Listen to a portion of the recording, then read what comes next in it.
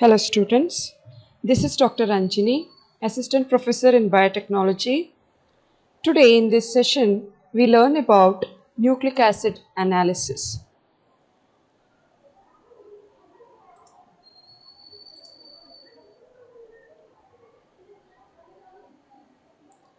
The diseases of complex and multifunctional etiology can be investigated at molecular level, at DNA level, with newer techniques of molecular genetics.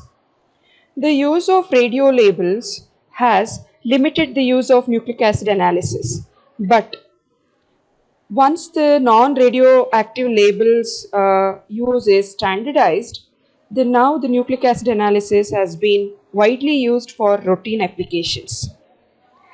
Nucleic acid analysis can be used for detection of viruses, bacterial pathogens, strain identification of bacteria, cancer detection, and mainly genetic diseases.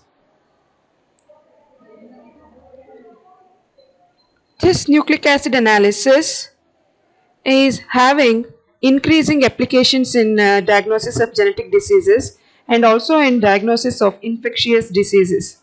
So this can be studied under size analysis of nucleic acid, and by use of the probes you can detect the diseases, and use of RFLP, restriction fragment length polymorphism, and related techniques will be used in nucleic acid analysis. First we'll take up size analysis of nucleic acid. The size of DNA or RNA molecule can be used in some cases for direct identification without need of additional sequence information. The size analysis of nucleic acid can be achieved by gel electrophoresis. The size separated DNA fragments are visualized by the fluorescent dyes or by fluorescence in the UV light after staining with the dye like ethidium bromide. The direct size analysis is rarely used in diagnostic because DNA fragments are usually too large for size separation in gel electrophoresis. The best example is the detection of rotavirus RNA in diarrhea or the samples or fecal samples of the individual. And other examples include the identification of muscular dystrophy gene, that is the largest gene can be detected by using size analysis. This is regarding size analysis. The main disadvantage is the only based on the size we will detect the infection. But if some contamination or the specificity is not there in this technique, so we may end up with the false results. So next is use of probes. Use of probes. How these probes will be used in nucleic acid analysis in detection of the diseases. The probe is a fragment of DNA or RNA of variable length, usually of 100 to 10,000 bases long, which can be labeled either by radioisotopes or by the fluorescent dyes. And it can then be used in DNA or RNA samples to detect the presence or the absence of the specific nucleotide sequences. So, what are the important features of these probes? So, they are short stretch of DNA or the RNA fragments. They will be having the complementary sequence in the particular infection specific to the particular pathogen. So, the important features of the probes, first one is specificity. The specificity of nucleic acid hybridization makes possible the identification of particular DNA sequence in clinical material or clinical samples. Sequences as small as 13 base pairs should be sufficient in theory to detect the unique sequences or subfragments of the diagnostics of particular condition or specific infectious agent in the particular infection. The duplexes formed by perfect match are stable at even 50 degrees centigrade, while duplexes formed but with single mismatch are stable only at 37 degrees centigrade and not at 50 degree centigrade. Second one is stability. The DNA is stable to many harsh treatments like heat and alkaline condition of the pH, including formalization also.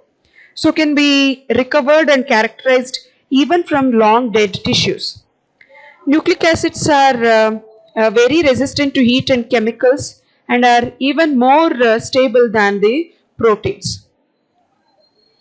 Next is DNA probes to be used should be very specific and exclusive for binding to the particular DNA sequence. It should recognize the specific infectious agent. False positive and false negative results should be absent. Next, these probes can be used in the technique like PCR. So with the help of PCR, which can amplify DNA sequences up to million folds. So the sensitivity of probes can be enhanced. And the number of probes available today is limited. For preparing DNA probes, we usually select the specific sequences like which will not code for any proteins, does not code for any protein, and sometimes we select the satellite DNA. So these are the repetitive sequences, they are repeated many times over the length of the DNA. So these satellite DNA sequences will be used for the preparation of the probes. As these sequences do not code for any protein, they will differ even in closely related species. Also, copy number of satellite DNA is more, so technique is very useful in identifying the copy number also. Better sensitivity enables distinguishing in closely related species and also detection of small number of organisms. So the selection of the sequence for the preparation of the probe play an important role. And in detection of the infection, these probes has to be labeled. The DNA probes are approximately labeled to facilitate their detection after binding to the specific DNA sequence, after specific interaction with the complementary molecules in a sample. Although radioactive labeling is most commonly done, non-radioactive labeling has certain advantages in case of safety. Simple equipment without compromise on sensitivity and specificity, and are finding increasing applications in DNA hybridization techniques using molecular probes.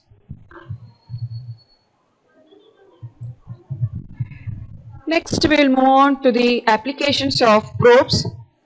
DNA probes will have a number of applications in clinical microbiology. They certainly have some advantages over traditional methods. If pathogens are small in number, for example, Salmonella species in foodstuffs, or in cases where isolation cultivation of pathogen is difficult, for example, in case of viruses, or in cases where rapid detection is required, but pathogens are slow growing and fastidious, Mycobacterium tuberculosis and Mycobacterium leprae, and or in cases where pathogens are in tissues and body fluids. So these molecular probes are useful for diagnosis. So such infections can be identified using the molecular probes or the DNA probes. DNA probes can diagnose microbial diseases at an early stage and can inhibit the pathogen before it reaches the symptomatic consequences stages. Researchers have successfully employed probes that hybridize to target DNA from fecal samples, urine, blood, throat washings, and tissue samples without the need of any extensive DNA purification. If the target DNA is rare, then the PCR can be used to amplify it. The second application is DNA probes can be used to identify specific plasmid or the resistant genes in clinical isolates of bacteria.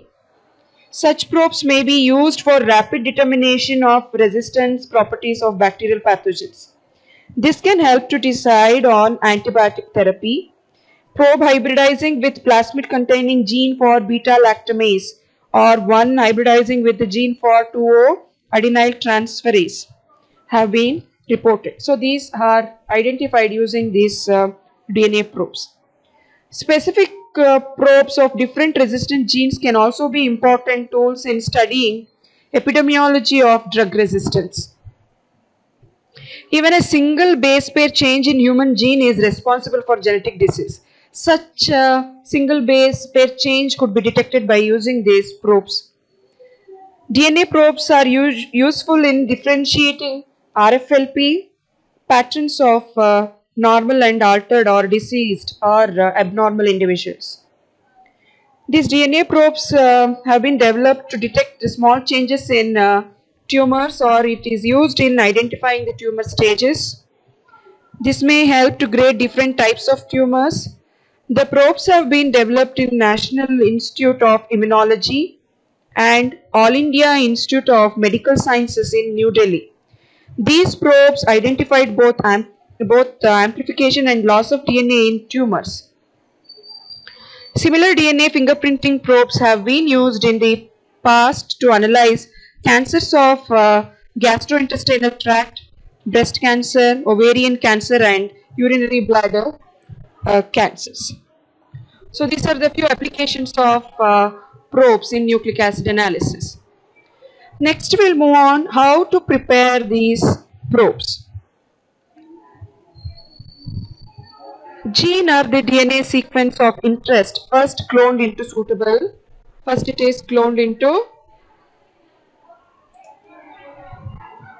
suitable plasmid. So plasmid, cloning plasmid will be taken. The plasmid is nothing but the extra chromosomal DNA present in the bacteria which autonomously replicates. So isolate that and clone it or ligate into suitable plasmid, and later you transform into bacteria.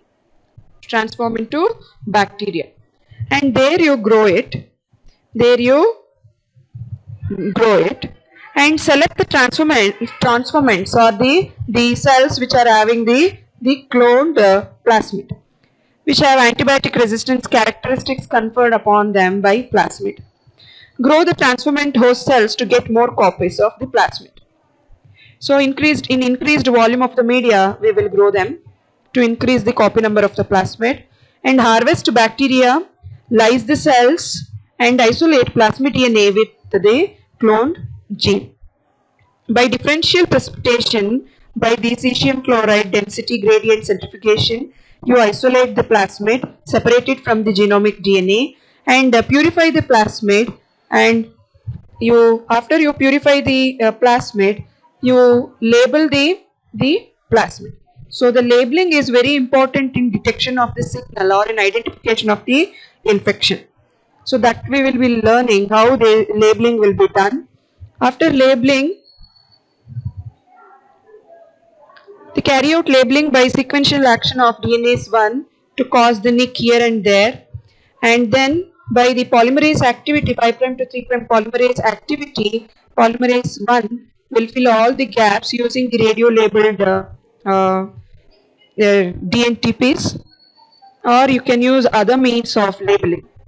After you completely label it, you denature the probe, because we are using these probes for hybridization. This should be in single stranded form. This should not be there in the double stranded form. Denature the DNA using the probe DNA using sodium hydroxide, and you use wherever you are using this probe in the experiment to identify the infection. That is how the probe will be prepared.